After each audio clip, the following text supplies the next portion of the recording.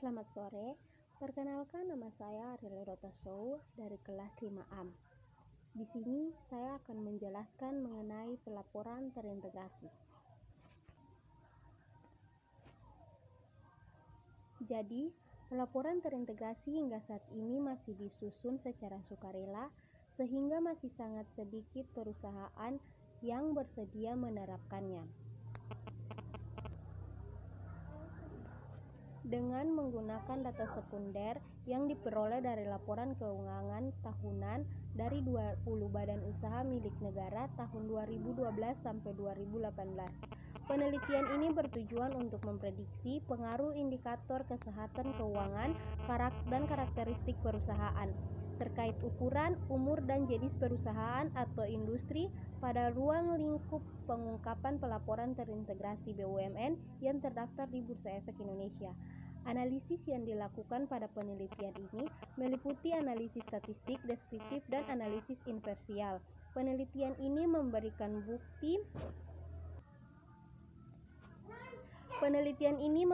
bukti empiris bahwa indikator kesehatan keuangan dan ukuran perusahaan berpengaruh negatif terhadap luas pengungkapan pelaporan terintegrasi. Variabel umur dan jenis perusahaan atau industri tidak berpengaruh terhadap luas pengungkapan pelaporan terintegrasi. Hasil riset ini mengindikasikan bahwa sejalan dengan teori penyialan atau signaling teori, semakin rendah tingkat kesehatan keuangan dan semakin kecil ukuran perusahaan, maka perusahaan akan semakin meningkatkan cangkupan pengungkapan dalam pelaporan terintegrasi dengan tujuan untuk meningkatkan nilai perusahaan. Yang pertama, pertemuan. Iklan pengantar konsep pelaporan keuangan telah berkembang secara dinamis dalam 20 tahun terakhir. Perkembangannya dianggap lebih cepat dibandingkan dengan dampak langsungnya terhadap pemangku kepentingan, lingkungan sosial, bahkan lingkungan global. Perkembangan pelaporan tidak hanya terfokus pada kinerja keuangan, tetapi juga pada penyimpanan informasi non-keuangan terintegrasi atau integrated reporting. Konsep pelaporan terpadu ini muncul setelah diperkenalkannya konsep triple bottom line dan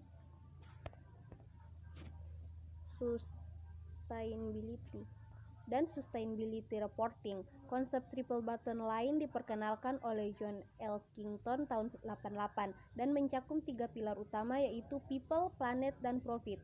Ketiga pilar tersebut merupakan ukuran untuk menilai keberhasilan perusahaan dengan 3 kriteria, yaitu ekonomi, lingkungan, dan sosial.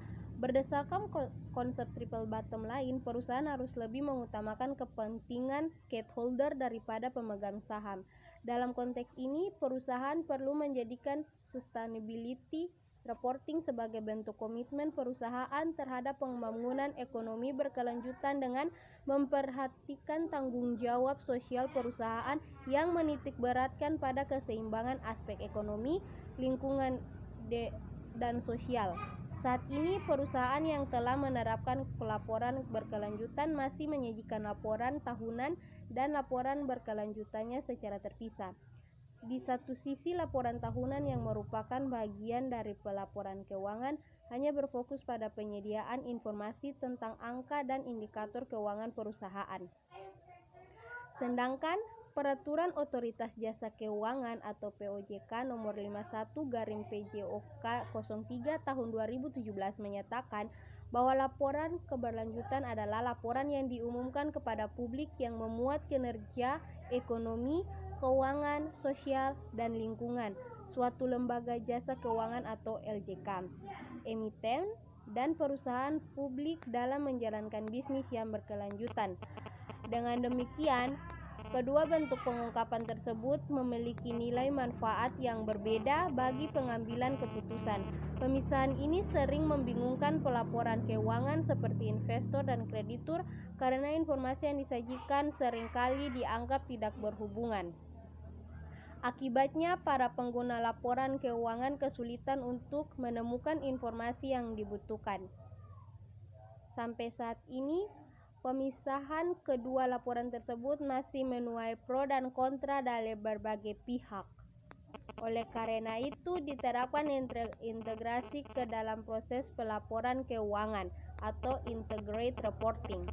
Integrated reporting berupaya memberikan informasi mengenai keberlanjutan perusahaan dan kinerja keuangan secara terintegrasi agar lebih informatif dan mudah dipahami.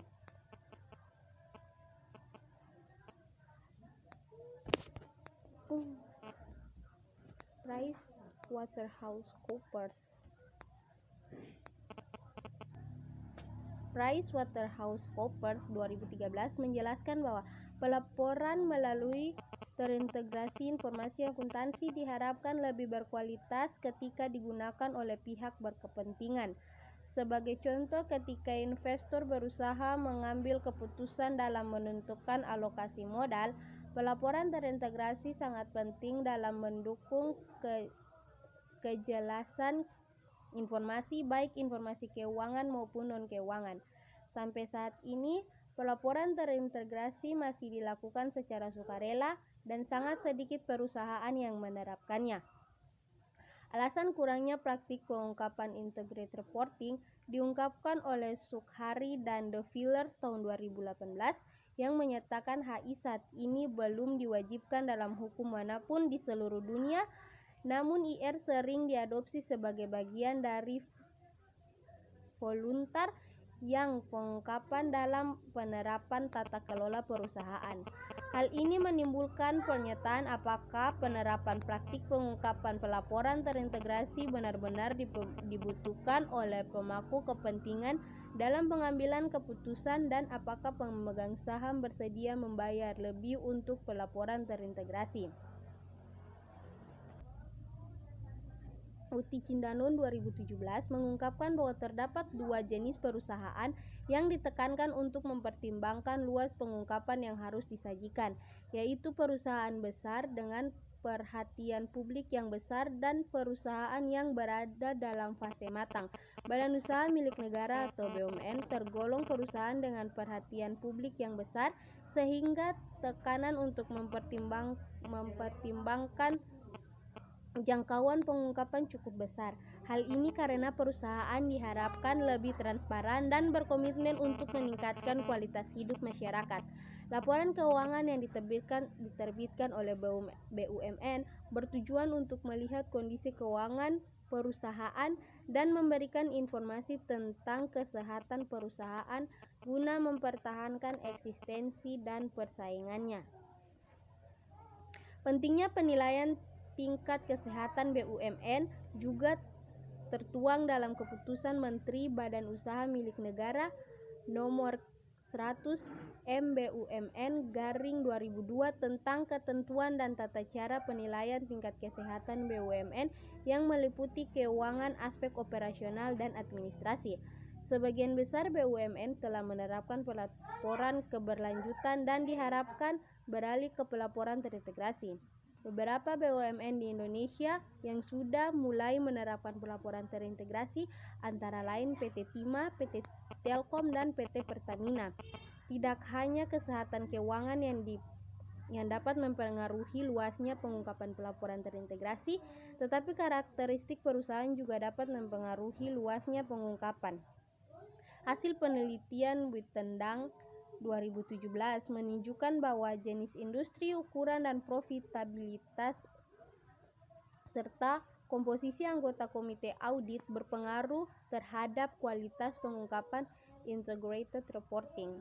Penelitian oleh Witendang 2017 masih fokus menganalisis pengaruh suatu variabel keuangan yang diukur dengan pengaruh profitabilitas terhadap kualitas pengungkapan pelaporan terintegrasi. Oleh karena itu, penelitian ini melakukan analisis lebih lanjut mengenai pengaruh kinerja keuangan yang menunjukkan tingkat kesehatan perusahaan secara keseluruhan. Penelitian sebelumnya mengenai hubungan antara karakteristik perusahaan yang meliputi ukuran umur perusahaan dan kinerja keuangan masih berhubungan dengan luasnya pengungkapan tanggung jawab sosial, dan belum menguji hubungan antara variabel dan luas pelaporan terintegrasi. Studi ini juga berupaya memberikan informasi bagi investor saat ini dan calon investor untuk mengevaluasi tingkat kualitas pelaporan terintegrasi di BUMN. Evaluasi dilakukan melalui karakteristik perusahaan dan kinerja keuangan yang diukur dengan tingkat kesehatan keuangan. Penelitian ini memiliki 3 tujuan. Pertama, mengevaluasi kinerja keuangan, khususnya kondisi kesehatan pada aspek keuangan BUMN yang terdapat di Bursa Efek Indonesia. Kedua, mengetahui sejauh mana pengungkapan berdasarkan indeks IR pada BUMN yang terdaftar di Bursa Efek Indonesia. Ketiga, memprediksi pengaruh indikator kesehatan keuangan BUMN dan karakteristik perusahaan terkait ukuran, umur, dan jenis industri terhadap luas pengungkapan pelaporan terintegrasi BUMN di Bursa Efek Indonesia.